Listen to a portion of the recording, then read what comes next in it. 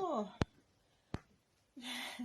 the older kids are at Sunday school. I had all plans to film this really nicely, you know, make it look a bit professional for a change. But I've just took the kids up to Sunday school, and there's this mum there who gets you back up anyway, and she got me back up the other week because she was calling my daughter, who was only 5, Pinky, Stinky Pinky, until I told her to stop it. Anyway, goes up there, and my third child, Bod, that's not his real name, that's his nickname, if you knew. He's only 7, and he's had his challenges. I don't want to say special needs because I think that paints a picture that he's not. Not that there's anything wrong with special needs, but I just think it paints a picture that he's not. So I will just say he's got a couple of additional needs. Anyway, he's got long hair, and this mum. I'm one of those people where when I'm angry, I cry, and that I'm not upset, I'm angry. As soon as he sat down, she's on him. She was like, "When you having your hair cut then, Bod?" And he goes, "Never."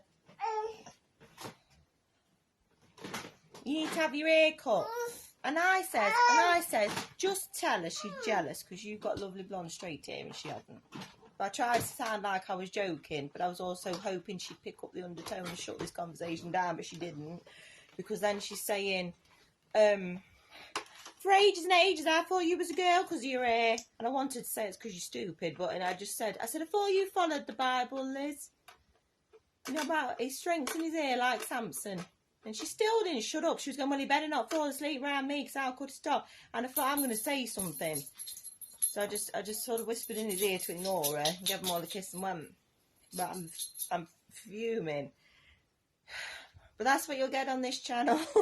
If you're new here, all my unfiltered homeschool large family life vlogs are on Patreon, which I'll link below. And I've written 2 books on home education, which I'll link below. But this channel's mostly we're talking about homeschooling and hauls, and I do a gardening collab as well. But this is what you'll get on this channel, real life. I'm going to have to come back in a minute to film rest because I'll tell you I'm fuming. Hang on.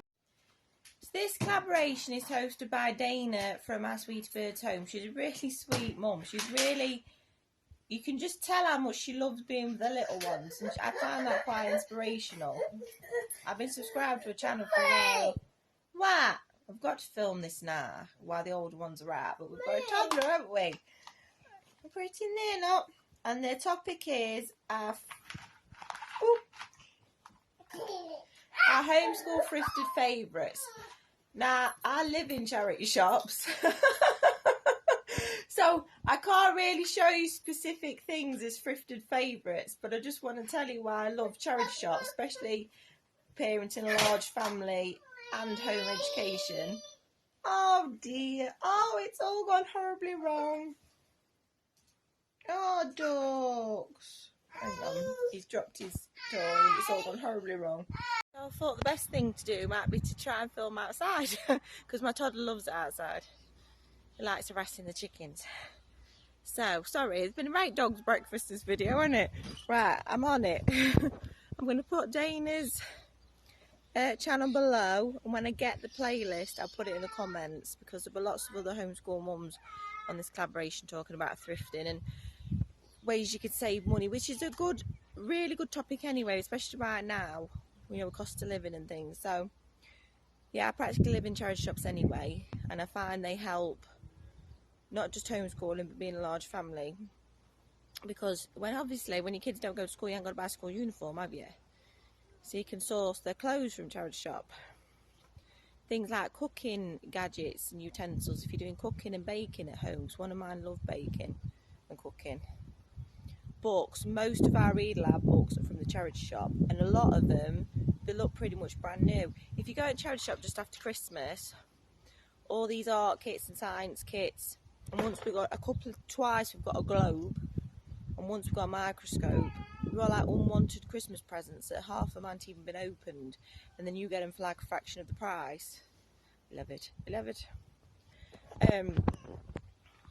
So yeah, I can't give you any specific favourites because I live in charity shops, but I just want to say to you, they're a really good way of sourcing things cheaper. And new doesn't always mean better. And homeschooling it's life learning. So I am counting things like cooking gadgets and clothes and just toys, as well as the educational stuff and the books. And went in charity shop the other day. They've got an organ, and it's still there, and I really want it. And I'm like, can I justify buying an organ? I'd love to learn to play the piano better, and I want the kids to learn to play the piano better. And I have got somewhere to put it. So I'm like, do we go buy an organ in charity shop or not? I could see me, doing it. But also things like furniture. We've had furniture from the charity shop, and just paying a bit less on household items like that. Well, a lot less. If you only think the new sofa can be £1,000, but you can get one for like £6 from charity shop. It frees up that money for something else. It allows you to stay at home and home educate where your other half works, or it allows you to spend the money on other educational things, or field trips, or holidays, or whatever.